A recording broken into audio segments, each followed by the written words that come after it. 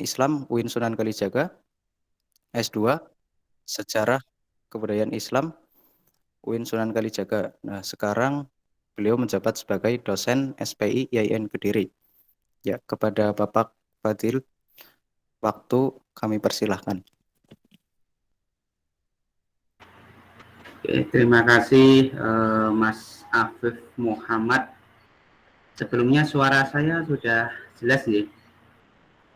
Sudah, Pak. Apakah sudah ya? Oke. Bismillahirrahmanirrahim. Ya, Pak. Assalamualaikum warahmatullahi wabarakatuh. Waalaikumsalam warahmatullahi wabarakatuh. Alhamdulillahirrahmanirrahim. Yang saya hormati kepada Kepala Prodi SPI UIN Purwokerto, kemudian beserta jajarannya dan para dosen SPI UIN Purwokerto, dan termasuk kawan-kawan saya yang di sana ya, termasuk dosen kalian Bapak Siddiq Fauzi dan Bapak Jamaluddin Johari. Itu senior-senior saya di sana. Selamat pagi Kang Jamal. Alhamdulillah bisa bertemu walaupun lewat online di pekan sejarah ya. Alhamdulillah ini sangat luar biasa di UIN Purwokerto yang mendahului menjadi UIN, sedangkan di tempat saya masih IAIN. Nah, inilah ya tentunya bagi UIN Purwokerto perlu kami contoh di IAIN Kediri ya, perlu kami contoh di UIN Purwokerto. Alhamdulillah sudah ada prodi SPI, sedangkan di tempat kami di IAIN Kediri memang belum ada prodi SPI. Namun ya di sini saya sebagai dosen SPI di Fakultas Usuluddin dan Dakwah IAIN Kediri. Nah, hari ini kita bersama-sama dengan kawan-kawan mahasiswa dan kawan-kawan dosen diskusi bersama tentang bagaimana stabilitas politik ekonomi masa Khulafaur Rasyidin. Akan saya share dulu materinya.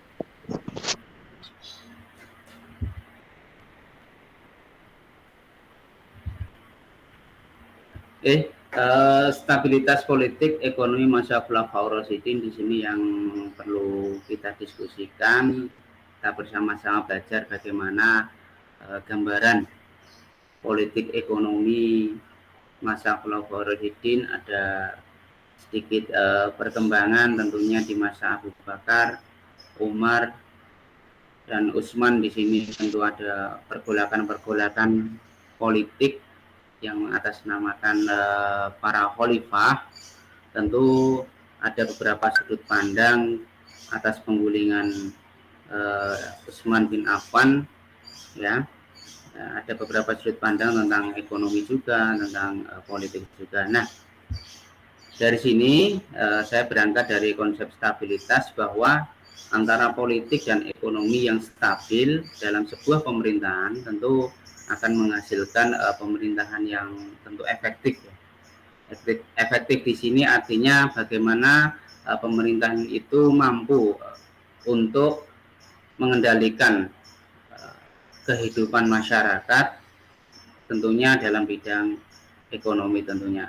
Bahkan ada beberapa tokoh yang mengatakan politik yang baik itu adalah di mana ekonominya juga akan baik, sehingga masyarakat akan hidup makmur dan tentram. Nah, inilah yang digambarkan khususnya dalam masa Khulafaur Rasyidin yang paling menonjol, yaitu di masa Umar bin Khattab. Namun tidak melihat artinya khalifah-khalifah lain tentu juga mempunyai ciri khas dalam pemerintahannya, yang tentunya lebih mengedepankan kehidupan masyarakat di saat itu. Dan di balik itu semua juga ada beberapa masyarakat yang lebih mementingkan ekonominya dibanding saat itu agama Islam baru dimulai di masa ditinggalnya Nabi Muhammad. Nah, inilah gambaran-gambaran tentang politik dan ekonomi secara umum. Nah, berangkat dari konsep itu tentu berawal dari model pemerintahan khalifah, model pemilihan khalifah. Nah, ini pemerintahan Khulafaur Rasyidin tentu bersifat sentralis, dari semuanya tergantung pada kebijakan seorang khalifah. Ya. Kebijakan seorang khalifah berangkat dari Abu Bakar tentu. Nah, pemilihan Abu Bakar, Umar, Utsman dan Ali tentu sudah kalian pelajari di saat materi SPI ya. Nah, bahwa Abu Bakar ini diangkat menjadi khalifah ketika saat itu ada peristiwa di Saqifah Bani Sa'adah dengan menerapkan proses musyawarah mufakat mayoritas umat Islam, walaupun di saat itu banyak terjadi perundingan-perundingan antara siapa yang berhak menjadi penerus Rasulullah, baik dari kaum muhajirin maupun kaum ansar. Kemudian di masa Umar, di beberapa buku, beberapa sumber dijelaskan bahwa yang paling menonjol Umar ini menjadi khalifah itu atas wasiat Abu Bakar, yaitu penunjukan langsung oleh Abu Bakar. Namun di balik itu semuanya ternyata Abu Bakar juga menerapkan sistem musyawarah, yaitu dengan Dewan Syuro. Artinya siapa yang berhak menggantikan beliau Abu Bakar, sehingga Abu Bakar disinilah yang menunjuk Umar untuk menggantikan dia menjadi khalifah penerus Rasulullah. Namun dalam pemerintahannya tentunya mereka mempunyai ciri khas dalam pemilihan gelar, bahwa ada yang mengatakan bahwa beliau adalah Amirul Mukminin, kemudian Khalifatul Rasulullah dan lain sebagainya. Nah, di masa Utsman ini model pemilihan khalifah memakai sistem baru ya, yaitu dengan sistem format baru dengan pembentukan tim formatur, atau dalam referensi sejarah disebut ahlu halli wal ahdi. Nah, disinilah konsep-konsep voting ya, pemilihan suara terbanyak, tentu di masa itu Utsmanlah yang terpilih. Sedangkan pada masa Ali, nah inilah karena pergolakan politik ketika Utsman meninggal, nah inilah banyak para sahabat yang tidak menyukai bahwa Ali menjadi khalifah. Tentu Ali ketika ingin menjadi khalifah harus mengusut siapa yang membunuh Utsman. Nah, namun di balik itu semuanya ternyata masyarakat Madinah sudah musyawarah dan mufakat untuk menggantikan posisi khalifah, yaitu Ali. Nah, berangkat dari model pemilihan ini tentu banyak perdebatan di kalangan para sahabat, sehingga ketika para khalifah ini menjabat sebagai penerus Rasulullah, yaitu pemimpin umat Islam, tentu banyak halang rintang yang mereka lalui. Di masa Abu Bakar tentu banyak para tokoh-tokoh pembangkang, baik dari golongan orang-orang yang murtad, nabi palsu, kemudian orang yang tidak mau bayar zakat, dan sampai tentunya Umar, Utsman dan Ali mempunyai ciri khas para pembangkang yang berbeda-beda. Nah, pemerintahan yang sentralis ini tentu mempunyai sudut pandang, artinya bahwa khalifah sentris ini menjadi umum dalam pemerintahan Khulafaur Rasyidin. Nah, hal ini terjadi tentu adanya pengaruh struktur dan kultur masyarakat Jazirah Arab tentunya, bahwa Jazirah Arab sendiri lebih mengedepankan adanya sistem patron dan klien. Nah, patron di sini yaitu adalah khalifah dan kliennya adalah masyarakat. Nah, inilah yang menjadikan gambaran bagaimana pemerintahan Khulafaur Rasyidin ini lebih terpengaruh ya oleh kultur masyarakat saat itu. Nah, menurut ulama, kemudian menurut orang Kristen dan Ahlul Kitab dalam karyanya bukunya Philip Kahiti ya, History of Arab, bahwa motif gerakan Islam ini terdapat 3 model, yaitu bahwa gerakan Islam setelah Nabi Muhammad ini tentu dengan tujuan adalah dakwah Islam ya. Nah, ini adalah menurut para ulama bahwa Islam memang saat itu masih di wilayah Jazirah Arab, tentu harus keluar dari Jazirah Arab guna penyebaran agama Islam. Kemudian ada beberapa orang-orang Kristen yang mengatakan bahwa motif gerakan Islam itu bukan karena agama, namun hanya perluasan wilayah. Ketika penguasaan wilayah dan wilayahnya banyak, tentu mereka akan mendapatkan pendapatan yang banyak. Nah, hal inilah menurut pandangan orang-orang Kristen, dan Ahlul Kitab juga memberikan pandangan bahwa motif gerakan umat Islam ini tentunya adanya penguasaan wilayah. Tentu penerapan pajak itu sangat membantu kas negara, kas pada masa Khulafaur Rasyidin. Nah, tentunya di bidang ekonomi.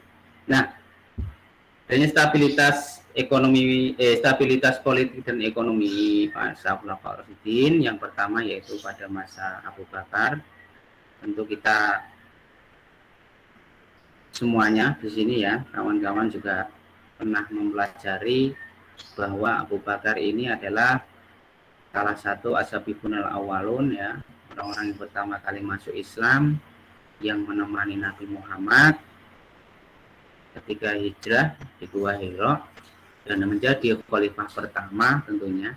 Nah, di sini tidak hanya dalam pemerintahan tidak hanya mulus saja, namun banyak terdapat beberapa pemberontakan yang tentunya mengganggu stabilitas politik bagi suksesi pemerintahan Abu Bakar, sekaligus juga mempengaruhi di bidang ekonomi di saat pemerintahan Abu Bakar saat itu.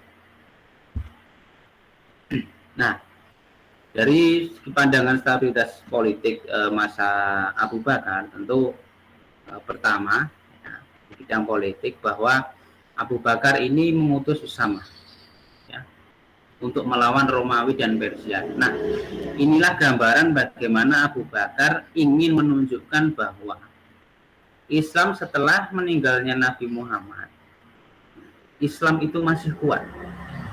Nah, bentuk cerminan kekuatan Islam, sehingga Abu Bakar mengutus Usama untuk melawan orang-orang Romawi dan Persia. Nah, hal ini menunjukkan bahwa gerakan politik ini tentu menunjukkan ya, masa Abu Bakar Islam masih kuat. Dan selanjutnya ketika Panglima Khalid bin Walid ya, melawan para pemberontakan. Nah, tadi sudah saya sebutkan di masa Abu Bakar terdapat beberapa para pemberontak ya. Adanya nabi palsu, orang-orang murtad, orang-orang yang tidak bayar zakat. Inilah yang menjadikan Abu Bakar ingin menstabilkan keamanan pemerintahan pada masanya, sehingga Abu Bakar menyuruh Khalid bin Walid untuk melawan para pemberontak tersebut. Nah, sekaligus Khalid bin Walid ini ditunjukkan untuk memperluas wilayah Islam pada masa Abu Bakar. Nah, adanya wilayah yang luas ini, maka Abu Bakar membentuk adanya amir setiap provinsi atau gubernur. Nah, ini yang dilakukan Abu Bakar sehingga adanya amir ini agar wilayah-wilayah yang sangat luas itu mampu dikontrol oleh para amir, sehingga para amir bisa melaporkan apa yang ada dalam wilayah tersebut baik dari segi politik, ekonomi, budaya dan lain sebagainya kepada khalifah. Artinya melaporkan permasalahan-permasalahan tersebut. Nah, adanya bidang eksekutif dan pertahanan tentu.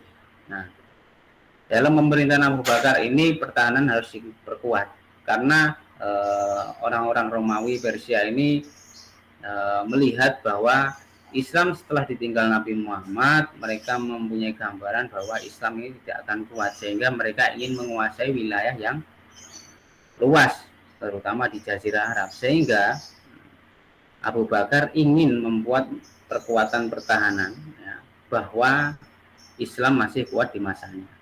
Dari pandangan ekonomi ya, nah, ada beberapa kebijakan ekonomi yang dilakukan pada masa Abu Bakar. Tentu adanya permasalahan-permasalahan ekonomi yang paling menonjol, yaitu adanya perlawanan dari orang-orang yang enggan bayar zakat. Kenapa hal itu terjadi? Kenapa setelah Nabi Muhammad itu banyak orang yang tidak bayar zakat? Nah, di sini ada dua hal yang melatar belakangi hal itu, yaitu menurut mereka ya, zakat itu berhak hanya pada zaman Nabi Muhammad. Ya. Kemudian atas dasar iman mereka yang belum, atas dasar keilmuan menafsirkan ayat, sehingga mereka salah paham menafsirkan ayat.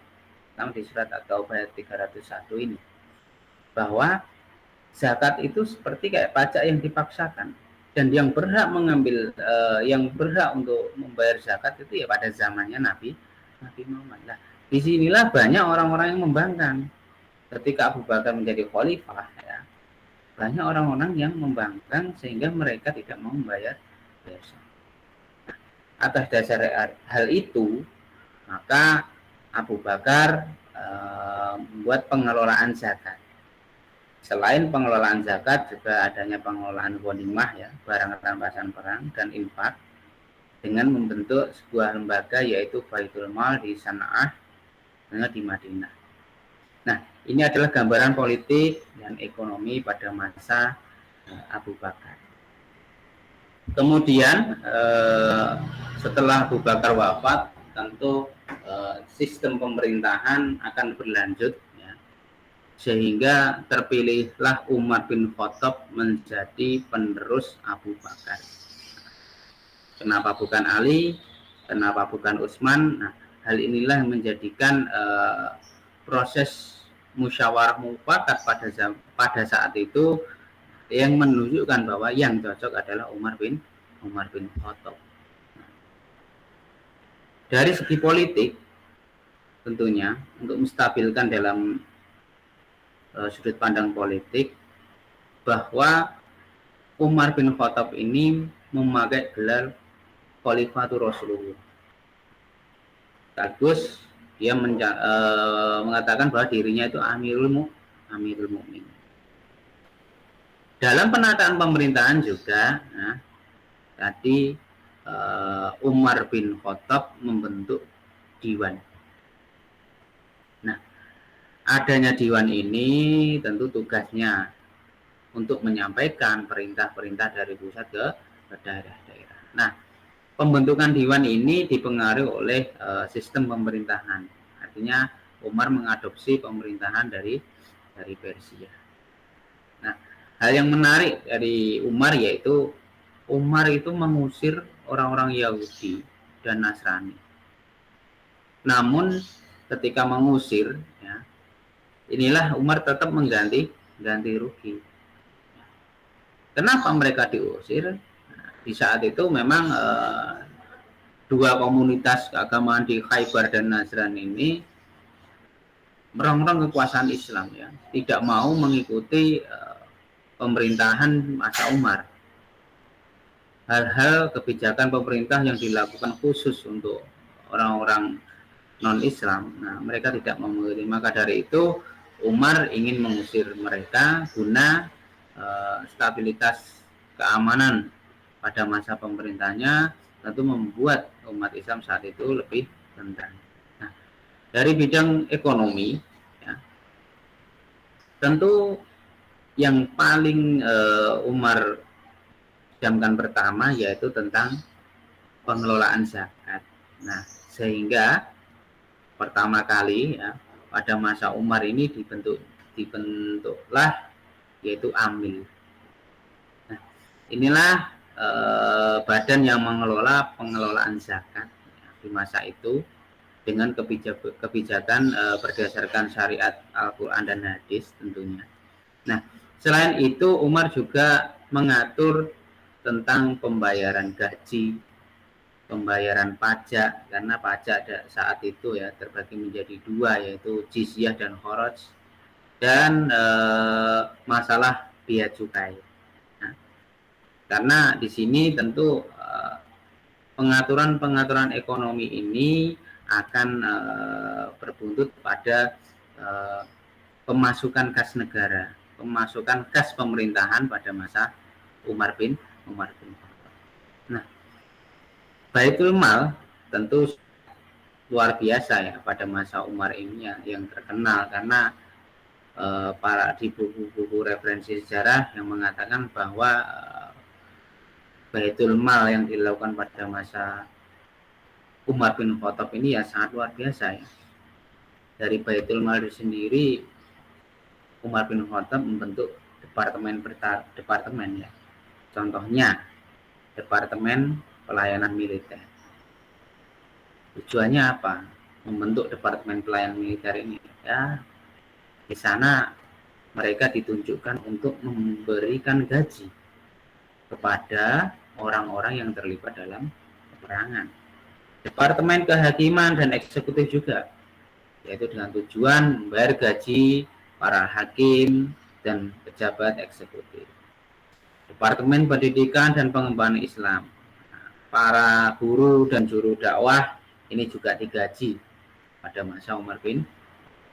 Kemudian Departemen Jaminan Sosial, artinya di sini yang lebih diutamakan adalah pemberian bantuan sosial ya kepada fakir miskin dan orang-orang menderita. Dari mana? Ya dari kas Baitul Mal itu semuanya. Jadi kas negara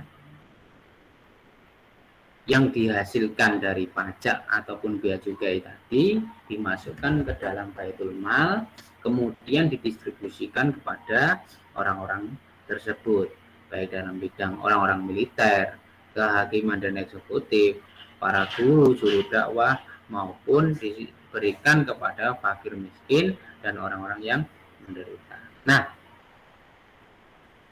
yang terakhir di masanya Umar bin Khattab adalah larangan transaksi jual beli tanah di luar Arab. Nah, inilah yang menjadi ini topik yang sangat panjang kalau kita bahas lebar ya, bahwa larangan transaksi jual beli tanah di luar Arab ini adalah kebijakan yang sangat luar biasa yang dilakukan Umar bin Khattab, karena para tentara saat itu ketika mereka melakukan hal itu, maka mereka hanya terpaku pada harta kekayaannya di luar Arab, sehingga dalam dia menjadi seorang militer tentu akan terusik dengan faktor ekonomi. Nah, ini nanti sebenarnya ada beberapa kebijakan yang tidak saya tampilkan ya, karena panjang, bahwa kebijakan transaksi jual beli tanah ini menurut Umar sangat riskan ya, sehingga harus dilakukan. Namun hal ini tentu akan dikelola lagi nantinya di masa Utsman bin Affan, kemudian di masa Ali bin Abi Thalib. Nah, Utsman bin Affan menjadi penerus Umar bin Khattab. Nah, inilah awal baru keluarga dari keluarga Utsman ya, tentunya Umayyah juga ya. Nah, sangat berperan penting dalam suksesi pemerintahan Utsman. Keluarga yang terkenal akan kaya raya, yang terkenal akan tuan tanah, disinilah menjadi khalifah. Nah, Utsman di sini menjadi khalifah tentu banyak permasalahan baik politik maupun ekonomi, para sejarawan mengatakan bahwa masanya Utsman bin Affan itu terbagi menjadi dua, yaitu 6 tahun di awal dan 6 tahun di akhir. 6 tahun di awal itu menunjukkan masa kemajuan pada masa pemerintahan Utsman bin Affan. 6 tahun terakhir yaitu masa di mana Utsman tidak mempunyai kekuatan politik karena atas dasar rongrongan keluarganya, sehingga banyak terjadi kesalahpahaman antara keluarga Utsman dengan para masyarakat, dan tentunya yang nanti akan menimbulkan pergolakan politik antara Ali bin Abi Thalib dan keluarga Utsman di akhir ketika Utsman sudah meninggal. Nah, kebijakan politik yang dilakukan Utsman di sini yaitu yang pertama adalah penguatan armada laut. Karena Utsman menganggap perluasan wilayah dilakukan Umar ini perlu diteruskan. Atas dasar kekayaan Utsman di sini, dia membentuk armada laut yang kuat sehingga wilayah umat Islam semakin. Nah, pejabat dari keluarga, hal ini menimbulkan banyak sudut pandang. Sudut pandang yang pertama yaitu Umar menunjuk pejabat dari keluarga memang karena track recordnya mampu untuk mengendalikan stabilitas pemerintahan masa itu. Orang-orang yang tidak suka dengan Utsman mengatakan, wah ini hal yang tidak baik. Pejabat dari keluarga semuanya. Ada KKN di dalam pemerintahan ini. Makanya ada beberapa buku yang menjelaskan memang hal itu memang yang dilakukan keluarga Utsman. Namun ada beberapa buku yang mengatakan bahwa hal ini tidak yang dilakukan melakukan bukan Umar, namun keluarganya. Nah, dan Umar menganggap pejabat dari keluarga ini karena atas dasar Umar mengetahui keahlian keluarga yang diangkat menjadi pejabat. Inilah dua sudut pandang atas dasar pejabat yang diangkat dari golongan luar. Nah, kebijakan politik yang lainnya adalah cenderung terpengaruh. Yang tadi saya katakan bahwa 6 tahun terakhir pemerintahannya Umar lebih terpengaruh oleh keluarganya, terutama adalah Marwan ibnu Hakam. Seakan-akan Umar sebagai khalifah itu ya hanya kedudukan sebagai khalifah, namun dalam kebijakan pemerintahannya, baik kebijakan politik khususnya maupun ekonomi, ya, itu lebih diurusi oleh keluarganya, khususnya adalah Marwan ibnu Hakam. Nah, kebijakan ekonomi 6 tahun pertama artinya bahwa Utsman ini lebih mengedepankan adanya kas negara ini harus dikelola dengan benar, ya, menurut Utsman, karena Utsman sendiri adalah seorang pengusaha. Nah, adanya lembaga pertukaran tanah, membagi tanah-tanah agar tanah itu produktif. Tujuannya apa? Agar adanya reklamasi. Dengan adanya reklamasi ini tentunya negara akan mendapatkan sumbangan pendapatan. Nah, pertukaran tanah di sini juga membuat pergolakan pemberontakan dari masyarakat saat itu. Karena apa?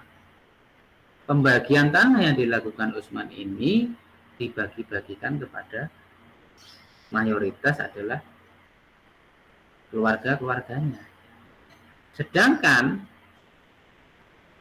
Utsman melakukan hal ini agar tanah-tanah yang dibagikan tentu akan menjadi lebih produktif.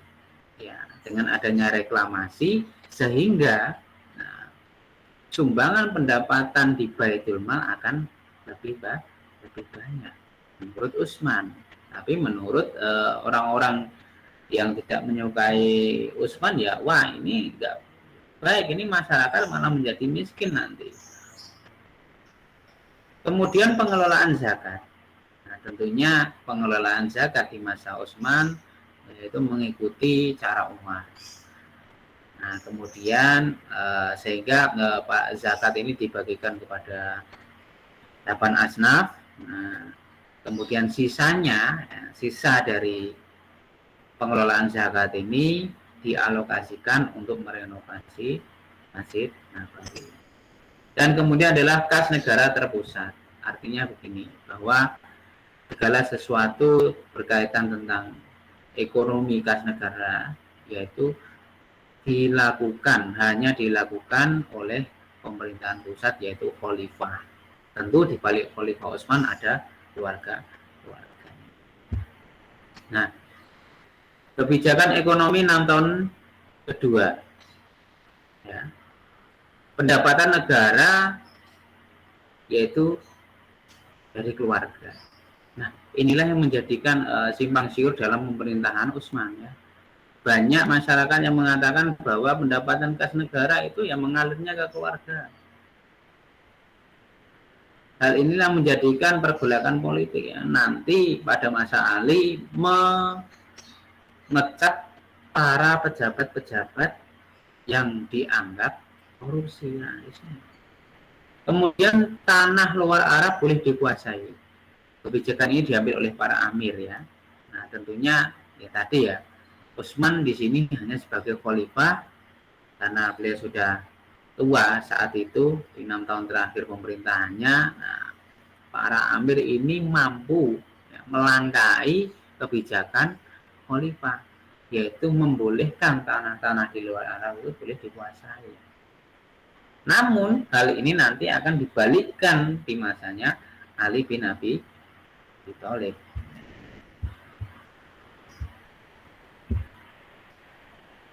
Mengganti gubernur pada masa Ali bin Abi Thalib, sedangkan Ali di sini memang salah satu sahabat sekaligus keluarga Nabi Muhammad, ya, termasuk Ashabiqunal Awalun yang ditunjuk menjadi khalifah pengganti Utsman, yang menunjuknya adalah orang-orang Madinah saat itu. Nah, pergantian pemerintahan, ya, antara Utsman ke Ali inilah menimbulkan beberapa pemberontakan, khususnya di pihak Utsman, ya, di pihak keluarga Utsman. Nah, yang nantinya akan menimbulkan beberapa peperangan, ya, adanya perang Siffin, perang Jamal. Karena apa? Ketika Ali menjabat sebagai khalifah, Ali dituntut untuk apa? Untuk menyelesaikan permasalahan siapa yang membunuh Utsman. Ketika tidak ada perselesaian siapa yang membunuh Utsman, inilah yang menjadikan keluarga Utsman tentu akan memberontak, ya. Nah, ditambah lagi dalam kebijakan politik dari Ali sendiri, yang menurut Ali, ya, gubernur yang diangkat oleh Utsman itu adalah keluarga sendiri yang menerapkan KKN, ya. Mengganti gubernur, pergantian ini berdasarkan pengetahuan Ali tentang adanya KKN. Anggap bahwa adanya praktek korupsi, kolusi, dan nepotisme pada masa Utsman. Kemudian pemindahan pusat pemerintahan ke Kufah. Nah, hal ini yang menjadikan suksesi pemerintahan Ali. Kenapa harus Kufah? Ternyata di Kufah mayoritas adalah orang-orang yang mengikuti Ali, pengikut Ali, ya. Sehingga pemerintahan di Kufah itu dianggap aman bagi Ali. Aman dari apa? Aman dari pemberontakan yang dilakukan oleh keluarga Umayyah. Nah, kebijakan ekonomi yang dilakukan Ali tentunya lebih mengedepankan penerapan Baitul Mal yang dilakukan Abu Bakar dan yang dilakukan Umar. Pendistribusian Baitul Mal menurut Ali, yaitu pendistribusian yang ada di dalam kas negara, yang di dalam Baitul Mal itu semuanya didistribusikan, ya, kepada umat Islam. dengan tidak memandang status. Semuanya umat Islam akan diberi. Ya. Dan kebijakan selanjutnya yaitu adanya pengembalian status kepemilikan tanah.